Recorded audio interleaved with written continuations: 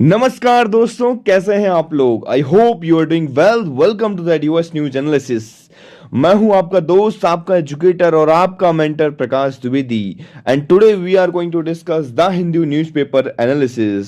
So today is 9 January 2023 and सबसे पहले देखेंगे कौन से इंपॉर्टेंट न्यूज डिस्कस करने वाले हैं। आज हम सभी इंपॉर्टेंट न्यूज को देखने वाले हैं। एक छोटी सी इंफॉर्मेशन आप सभी लोगों के लिए। आज के दिन हम 9 जनवरी का न्यूज डिस्कस करेंगे। जो पिछले एक दो दिन में हमारे न्यूज एनालिसिस छूट गया था उसको भी हम आज ही डिस्कस करेंगे। कुछ इंपॉर्टेंट न्यूज़ को मैंने डायरेक्टली यहाँ पे पुट करके आप लोगों के लिए लेके आया हूँ। साथ ही साथ आप लोगों को बता देना चाहता हूँ, शाम 7 बजे डेली हमारे चैनल पे द हिंदू एनालिसिस के अलावा डेली शाम को 7 बजे आपको क्या करना है, जाना है, लेक्चर को देखना है। 7 बजे शाम को प्रीलिम फोकस न्यूज एनालिसिस होता है, तो आप उसे भी जाके देख सकते हैं। साथ ही साथ एड्यूवर्स आईएएस करके हमारा स्टैटिक वाला चैनल है, जहां हम स्टैटिक सब्जेक्ट से रिलेटेड स्टैटिक टॉपिक को पोस्ट करते हैं। वहां पे भी आप जाके देख सकते हैं हमारे इंपॉर्टेंट लेक्चर्स को। अगर आपको इस लेक्चर का पीडीएफ चाहिए तो आप हमें टेलीग्राम में फॉलो कर सकते हैं, ज्वाइन कर सकते हैं। टेलीग्राम डिस्क्रिप्शन बॉक्स में लिंक दी गई है। साथ ही साथ आज आप हमें eduvers_news_analysis करके हमारा इंस्टाग्राम पेज है, तो यहाँ पे भी हमें फॉलो कर सकते हैं। इंपॉर्टेंट आर्टिकल्स, न्यूज़पेपर्स, एनालिसिस सब कुछ यहाँ पे डेली बेसिस में पोस्ट होता रहता है। अगर आप मुझसे जुड़ना चाहते हैं तो आप मुझे फॉलो कर सकते हैं _प्रकाश द्विवेदी _ तो मैं आपको डायरेक्ट क्वेरीज यहाँ पे सॉल्व कर सकता हूँ आपकी। यहाँ पे आप मुझसे डायरेक्टली कांटेक्ट कर सकते हैं, जुड़ सकते हैं। कोई भी आपका एग्जाम, सब्जेक्ट, करियर या फिर पर्सनल क्वेरीज है तो आप मुझसे डायरेक्टली यहाँ पे पूछ सकते हैं, है ना। किसी भी प्रकार की कोई भी समस्या है तो डायरेक्टली आप मुझे मैसेज कर सकते हैं। चलिए स्टार्ट करते हैं विदाउट एनी डिले आज के डिस्कशन को। देखिए, आपको मैं बता देना चाहता हूँ कि बहुत इंपॉर्टेंट न्यूज आज आई हैं। PMO review situation in the sinking Joshimath town. तो जो जोशीमठ टाउन था उसमें डिजास्टर वगैरह से रिलेटेड जो प्रॉब्लम आ रही थी उसके रिगार्डिंग रिव्यू लिया गया है। Fake India Covid medicine flooding China में बहुत तेजी से फेक इंडिया जो कोविड मेडिसिन है वो फैल रही है। ऐसा बताया जा रहा है कि ये इंडिया की मेडिसिन है, जबकि वो इंडिया की नहीं है। फेक मेडिसिन जो है इंडिया के नाम पे फैल रही हैं। एक छोटी सी इन्फॉर्मेशन थी। चलिए आगे चलते हैं। हम देखेंगे कि विंटर बहुत तेजी से हार्श कंडीशन में अपने हैं। अब मतलब winter vacation the capital private school जो एक्सटेंड कर दी गए। 15 जनवरी तक बच्चों को छुट्टी दे दी गई है। दिल्ली के अंदर 15 जनवरी तक बच्चों को छुट्टी दी गई। इतनी ज्यादा हार्श कंडीशन में ठंड की मात्रा तेजी से बढ़ चुकी है, तो आप लोगों को भी सतर्क रहना है, सावधान रहना है और प्रॉपर तरीके से चीज़ों को देखना है। Avoid further delay in the conducting the census timely hot. Important जो भी आर्टिकल्स हैं आज के कल के एक साथ उठा के रखा है मैंने यहाँ पे और आप लोगों के नोट्स बना के लेके आया हूँ, तो आपको ये चीज़ समझना है। क्लियर। देखिए, रूट ब्रिज पहला आर्टिकल है। रूट ब्रिज प्रीलिम्स के लिए इंपॉर्टेंट हो जाता है। रूट ब्रिज, इसके ऊपर क्वेश्चन भी पूछा जा चुका है। आर्टिकल 51A, पहले आप आर्टिकल को देखिए। To value and preserve the rich heritage of the country's composite culture, है ना, प्रिजर्व करने की आवश्यकता है। आर्टिकल 51 के अंदर ये चीज कही जाती है। क्लियर। नाउ रूट्स कनेक्ट अ मेघालय विलेज। मेघालय में क्या होता है, मैं आपको ये पिक्चर में आप देखिए। आप अगर ध्यान से इस पिक्चर को देखेंगे तो आप पाएंगे कि क्या है, इतने बड़े बड़े शाखाएं होती हैं। पेड़ इतने बड़े बड़े होते हैं कि ये क्या करते हैं, पेड़ की जो रूट्स होते हैं, जड़ें होते हैं, वो बाहर निकल के आ जाती हैं और वो एक जड़ जो है दूसरी जड़ को दूसरे पेड़ की जड़ से जाके मिल जाती है। ऐसे चलता रहता है, तो इतना ज्यादा हो जाता है कि ये अपने आप में एक क्या बना लेती है, ब्रिज बना लेती हैं, है ना। रूट ब्रिज उन्हें कहा जाता है। क्वेश्चन आएगा कि रूट ब्रिज कहाँ से। प्रीवियस ईयर क्वेश्चन भी यहाँ पे इंक्लूड किया गया है आप लोगों के लिए, घबराने की बिल्कुल भी आवश्यकता नहीं है। A farmer takes forward the state tradition practices, जो स्टेट का ट्रेडिशनल प्रैक्टिसेस थी कि रूट से ही ब्रिज बनाया जाए, उसको ही कंटिन्यू कर रहा है। ये काफी इंपॉर्टेंट बात है, आप सभी लोगों को याद रखना चाहिए। क्वेश्चन आप लोगों के सामने है। प्रीलिम्स 2015 में क्वेश्चन पूछा गया था, इसको अटेम्प्ट करने की कोशिश कीजिए। ना particular region in India the local people trains the roots of living tree into robust bridge across the stream. Living root, जिंदा दली, जिंदा एक तरीके से रूट्स किसको कहा जाता है, लिविंग रूट ब्रिजेस जो है किस कहां पे पाया जाता है, मेघालय के अंदर। ये आपको पता होना चाहिए। हिमाचल प्रदेश नहीं है, झारखंड नहीं है, तमिलनाडु नहीं है, कहां पे, मेघालय के अंदर। याद कर लीजिए, मेघालय के अंदर है। ये क्वेश्चन यूपीएससी में पूछा गया था, है ना, न्यूज में था। Ladakh demand statehood. लद्दाख क्या डिमांड कर रहा है, लद्दाख डिमांड कर रहा है स्टेट्स की कि उसको स्टेट का दर्जा दे दिया जाए। अब बताइए ये किस आर्टिकल के अंदर आता है? आर्टिकल 2 याद होना चाहिए। क्या है आर्टिकल 2? क्या कहता है आर्टिकल 2? आर्टिकल 2 कहता है पार्लियामेंट में bye the law admit into the union to establish new state on such terms and condition as it thinks fit। Parliament law बना के लॉ से एडमिट कर सकता है किसी भी यूनियन के अंदर किसी भी एक स्टेट को, कोई भी नया स्टेट बना सकता है। ये किसके पास पावर है? पार्लियामेंट के पास पावर है। पहला आर्टिकल देख लिया हमने। आर्टिकल 3 आप लोगों को आज ही याद कर लेना है। क्या है आर्टिकल 3? आर्टिकल 3 स्टेट्स है formation of a new states. Formation of new state, याद रखिए मैं बात करता हूं न्यू स्टेट्स का formation. Clear? Formation of new states and alteration of area, area भी चेंज कर सकते हैं, बाउंड्रीज, बाउंड्रीज भी चेंज कर सकते हैं, या फिर नाम भी बदल सकते हैं एग्जिस्टिंग स्टेट्स का। ये आर्टिकल 3 के अंदर जो है पावर दी गई है पार्लियामेंट को। ये आपको पता होना चाहिए। आर्टिकल 2 और आर्टिकल 3 बाहर याद होना चाहिए।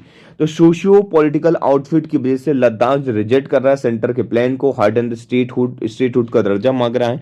ऐसी चीजें यहाँ पे चल रही हैं। अब रीजन क्या है डिमांड की? आपको पता होना चाहिए कि एक तो लिंग्विस्टिक रीजन है, एक कल्चरल रीजन है। ठीक है, वहाँ की भाषाएं थोड़ी सी अलग है। कल्चरल रीजन बहुत टाइम से sons of the soil sentiments अलग है। ठीक है, economic distress of the region तेजी से है, गवर्नमेंट नेग्लिजेंस तेजी से है, better allocation and management of resources, ये दोनों भी आपको याद रखना है, better allocation and management of resources. Clear हुआ पॉइंट? चलिए आगे चलते हैं। प्रीलिम्स 2020 में क्वेश्चन पूछा गया था। अब देखिए हर टॉपिक के ऊपर कहीं ना कहीं एक एक दो दो जो क्वेश्चन आ रहा है इसको मैं लेके आ रहा हूं आपके सामने, है ना, कि आपको ये पता चलता रहे कि जो हम न्यूज पढ़ रहे हैं उस न्यूज से रिलेटेड सर क्वेश्चन कैसे आते हैं। अब देखिए क्वेश्चन को आप रीड करिए। At a national level which ministry is the nodal agency? Which ministry is a nodal agency? इस यहाँ पे डायरेक्टली मिनिस्ट्री पूछ लिया गया है। इसीलिए मैं आपको बार बार बोलता है आप कोई भी चीज पढ़ रहे हैं, कोई भी योजना, कोई भी इंप्लीमेंटेशन ऐसा हो रहा है तो वहां पे आप पढ़िए कि कौन सी मिनिस्ट्री ने किया है।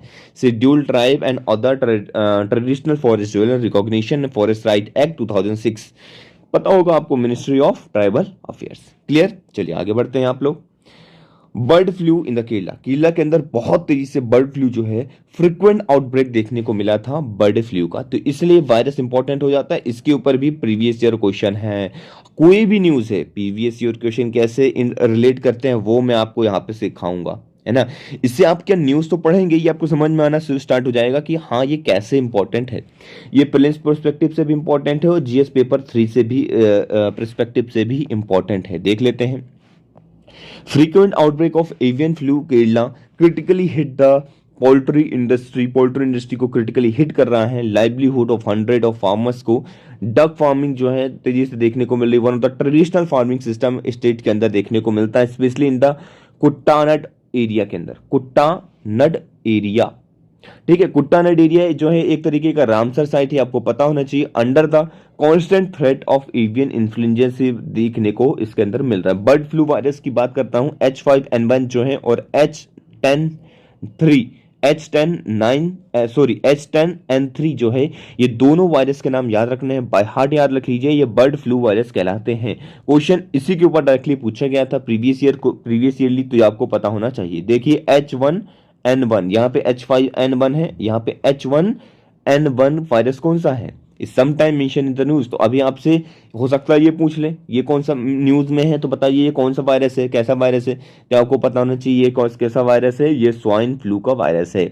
ठीक है, reference to which one of the following diseases से रिलेटेड है, तो स्वाइन फ्लू से रिलेटेड है। प्रीलिम्स 2020 में क्वेश्चन पूछा गया था, रिसेंट का क्वेश्चन है, इंपॉर्टेंट हो जाता है, इसलिए आपको ये चीज याद रखना चाहिए। चलिए, mercury as a superconductor, जी हाँ सर ये क्या बोल रहे हो आप, मरकरी ऐसा सुपर कंडक्टर कैसे होगा? जी हाँ, ये जो है खोजबीन की जा चुकी है कि मरकरी एक सुपर कंडक्टर है। 1911 की बात बता रहा हूं, डच फिजिशियन देखते हाइके, उन्होंने बोला था, डिस्कवर किया था सुपर कंडक्टिविटी इन मरकरी, मरकरी के अंदर सुपर कंडक्टिविटी देखने को मिलती है। मतलब सुपर कंडक्टिविटी क्या होता है मैं आपको बता देता हूं कि सबसे एब्सोल्यूट जीरो, पहले आपको पता होना चाहिए what do you mean by absolute zero.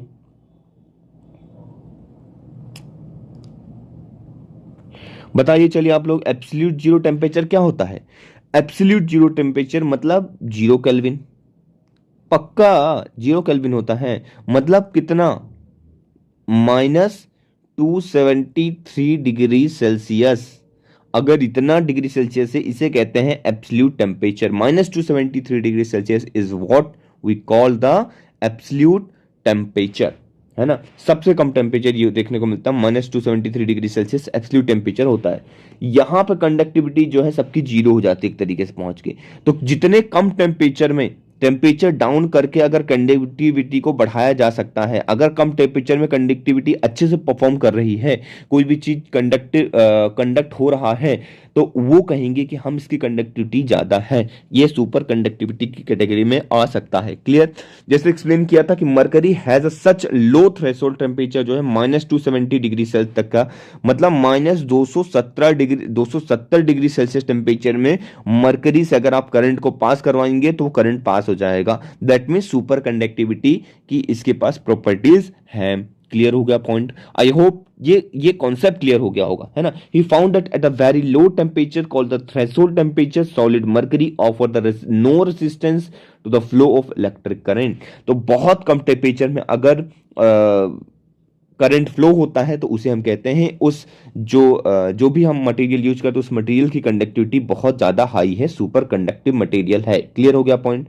Scientist later classify करते हैं mercury as a conventional superconductor because of its superconductivity could be easily explain by the concept of Bardeen Cooper Schrieffer BCS theory. Clear. Vibrational energy BCS superconductor Cooper pairs, ये आपको पता होना चाहिए। Clear. Floating solar power plant. अब देखिए ये news जो है, नेक्स्ट हमारी न्यूज है फ्लोटिंग सोलर पावर प्लांट की। अब ये कैसी न्यूज है? Floating solar plant have generated the more electricity. हम क्या करेंगे, ऐसे एरिया देखिए, ये आपको दिख रहा होगा, ये आप इमेज में और ध्यान से देखने की कोशिश कीजिए। ये पानी है हमारा, चारों तरफ पानी पानी पानी पानी, ठीक है। और ये क्या हो गया, ये फ्लोट कराता हुआ हमारा सोलर पावर प्लांट हमने लगा दिया, सोलर पैनल लगा दिए। अब इससे क्या होगा, डायरेक्टली इलेक्ट्रिसिटी हमारी जनरेट होगी, तो हम ज्यादा से ज्यादा एरिया को कवर कर पा रहे हैं ना, है ना, वहां से इलेक्ट्रिसिटी जनरेट कर पा रहे हैं। तो बस वही इसकी रिगार्डिंग ये न्यूज है। अब इस न्यूज का कुछ इंपॉर्टेंट पॉइंट देख लेते हैं, जैसे कि covering 10% of the world's hydropower reservoir with floatovoltaics, ये आपको याद रखना है। would install the electrical capacity equivalent to the provide all electricity generating fossil fuel plants in operation worldwide. Floating solar panel have benefits. क्या benefits हैं? The water cooling effect देखने को मिलता है सबसे पहले तो, ठीक है। land based भी देखने को मिलता है। Don't interfere with the desert ecosystem से, है ना, interference नहीं देखने को मिलता है। They keep the precious water from evaporating. water जो तेजी से evaporate होता है उसको रोक सकता है, मतलब एक तरीके का रिजर्वायर आर्टिफिशियल इकोसिस्टम भी यहाँ पे तैयार हो रहा है, habitat for the wildlife. Clear. Same sex marriage legalization, जी हाँ सर, सुप्रीम कोर्ट ने ट्रांसफर कर लिया है सारे केसेस को। अब वो सुप्रीम कोर्ट खुद देखेगा, all related to cases, same sex marriage related कोई भी केसेस आएंगे, आर्टिकल 21 के तहत no person shall be deprive of his life and personal liberty except according to the procedure established by the law. तो जो भी सेम सेक्स को अब मे बी लीगलाइज कर दिया जाए, इंडिया बने जहां पे सेम सेक्स जो है मैरिज लीगल कर दिया जाए, तो मल्टीपल पिटीशन जो है दायर की गई हैं अलग अलग जगह पे, दिल्ली, केरला, गुजरात हाई कोर्ट के अंदर, सभी का ले लिया जाएगा वहां पे। सुप्रीम कोर्ट ने ले लिया। अब 15 तारीख को से पहले पहले इसके ऊपर फैसला आएगा। जब ये फैसला आएगा तो हम डिटेल में इसको डिस्कशन करेंगे। प्रैक्टिकली आपको बता दूं, sexual fight for the parity, sexual orientation is an essential component for the identity and dignity which are embedded in the right to life. right to life के अंदर embedded है क्या, सेक्सुअल ओरिएंटेशन। आपका sexual orientation क्या है, ये आपका right जीने का अधिकार आता है। Clear. Law protect the recognise the companionship through the institution of marriage. चलिए आगे चलते हैं। मैरी और नॉट वंस लाइफ मोमेंटस होता है, एक्ट ऐसा सेल्फ डिसिप्लिन, तो ये चीज भी आपको याद रखनी चाहिए। गे कपल्स हो गए या फिर seeking the recognition for the same sex marriage under the special marriage act 1954 के अंदर इनको रिकॉग्निशन दे देनी चाहिए। The non recognition of the same sex marriage amounted to discrimination of the struck the root of dignity of the self fulfilment of LGBTQ couples. Clear हो गया point, ये आपको याद रखना चाहिए। कई बार हम डिस्कस कर चुके हैं, प्रीलिम्स का एक क्वेश्चन भी आप लोगों के सामने है, 2019 में पूछा गया क्वेश्चन है। Which article of the Indian constitution safeguard the one right to marry, right to marry जो है किस आर्टिकल के अंदर आता है, ये आपको पता होना चाहिए। आर्टिकल 21 जीने का अधिकार जो है हमारा है, right to life, personal with one choice, ये आता है राइट टू लाइफ के अंदर, ये आर्टिकल आता है। क्लियर। चलिए, कुकी चिन रिफ्यूजी, जी हाँ, मेघालय की फिर से न्यूज़ है आप सभी लोगों को, सॉरी मिजोरम की न्यूज़ है। बांग्लादेश से जो है काफ़ी लोग जो है मिजोरम की तरफ पुश बैक किए जा रहे हैं, है ना। शेष एमपी जो यहाँ पे कह रहे हैं, आप कुछ लोकेशन देख लेते हैं अपन, है ना, लोकेशन इंपॉर्टेंट है।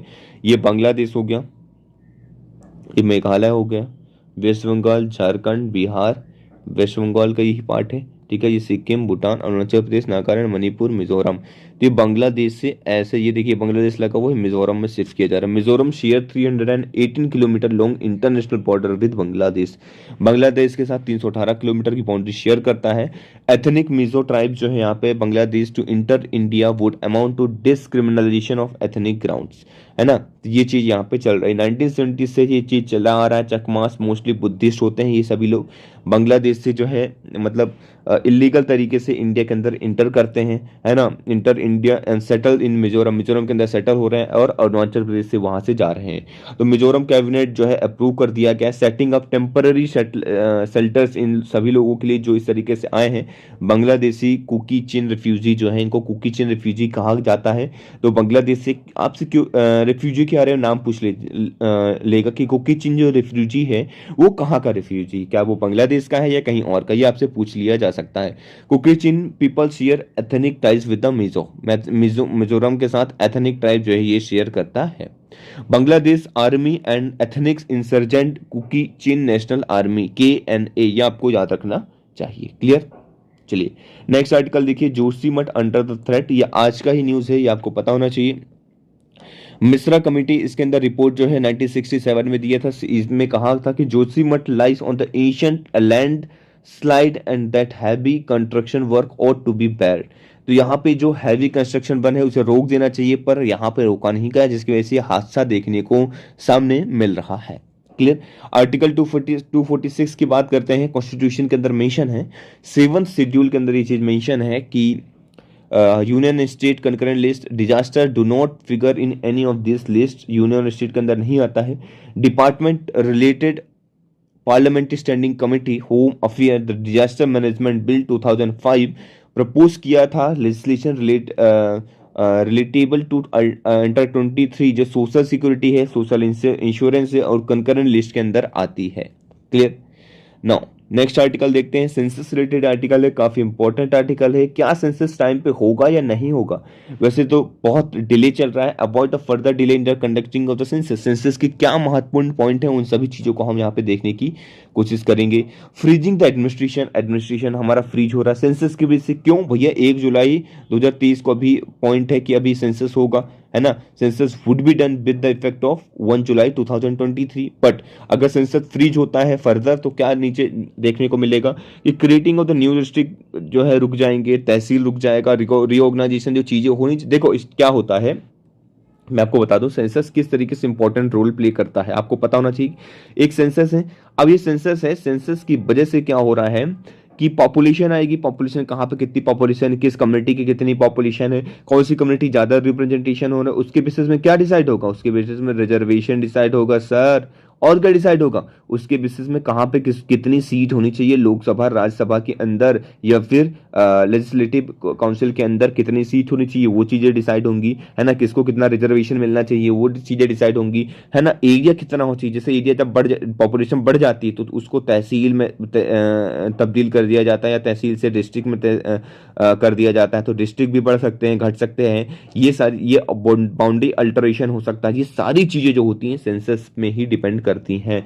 और भी बहुत सारी चीजें हैं जो सेंसस पे डिपेंड करती हैं, जैसे कि demography, social indicator, data on population, हमारी जितनी भी योजनाएं हैं वो सब सेंसस पे बेस्ड हैं। सेंसस अगर अच्छे से नहीं हुआ, हमारे पास डेटा नहीं मिला, तो हम किसके ऊपर निकालेंगे कि कितने % पॉपुलेशन को कितना क्या चीज देना चाहिए, क्या नहीं देना चाहिए।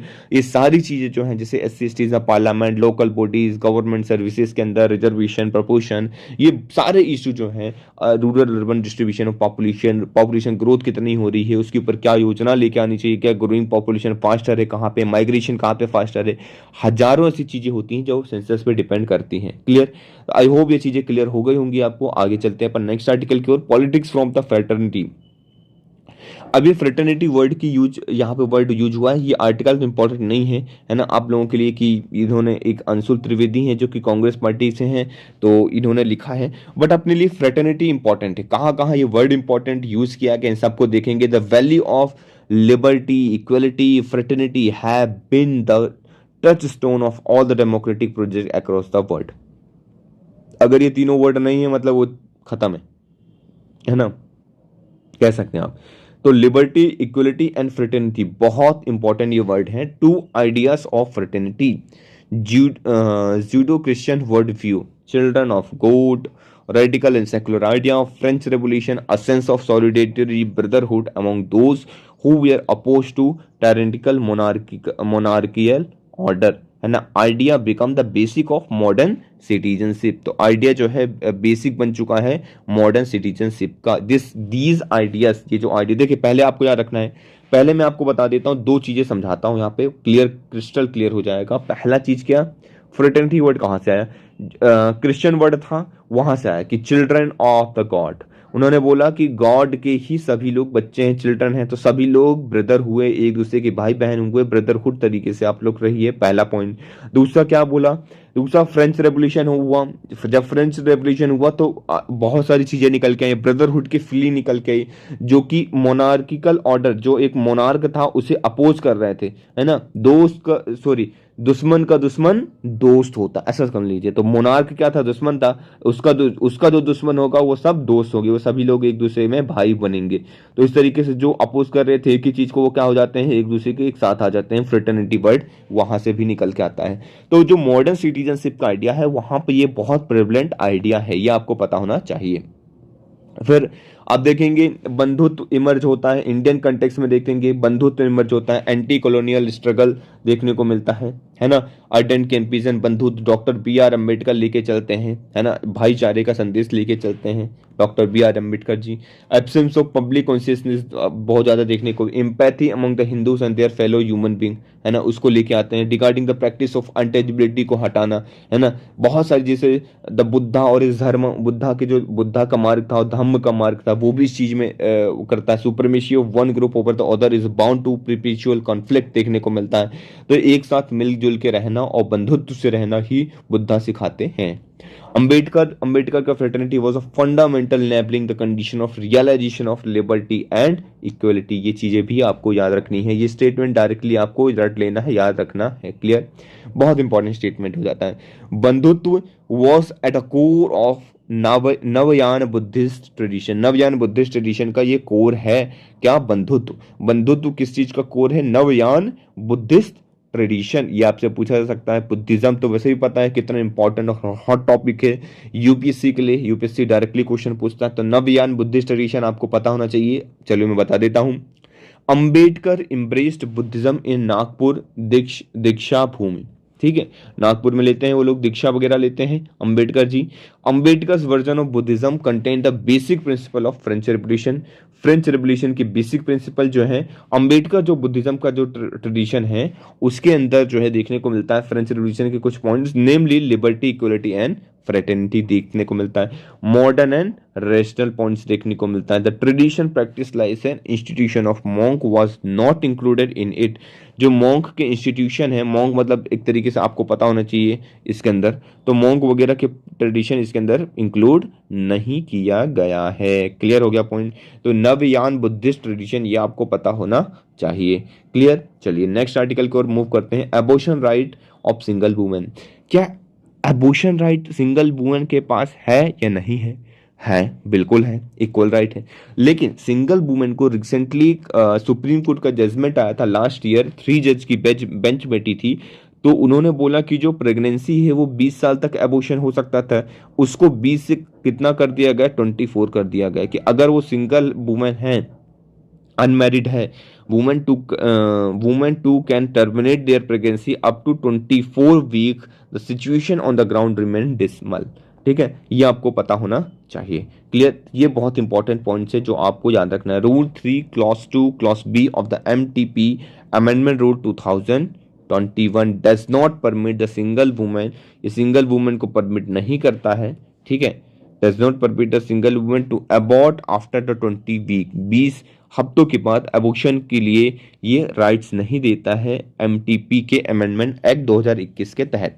डॉक्टर दातार जो है रूल करते हैं, ऐसे कहते हैं कि the rule is discriminatory as it allow only the special category के वुमेन्स को ये अलाउ है, including survival of sexual assault, जिसके साथ सेक्सुअल असॉल्ट हुआ या फिर माइनर, ठीक है, या फिर विडो और डिवोर्सी, या फिर वुमेन विथ डिसेबिलिटी की कोई है, या मल फॉर्म फोटस है, ठीक है, मल फंक्शन फोटस है ना, बच्चा जो है एक तरीके से गर्भ के अंदर जो बच्चा है उसमें कुछ बीमारी या बहुत बुरी तरीके से हालत है कि वो उसका जीवन जो है अच्छे तरीके से नहीं जी पाएगा वो दुनिया में आने के पास, तो ऐसे कंडीशन में, या फिर women stuck in the humanitarian emergencies में स्टक हो चुकी, या फिर access to abortion post 20 week, तो 20 हफ्तों के बाद भी इनका एबॉर्शन किया जा सकता है, हो सकता है, ये आपको पता होना चाहिए।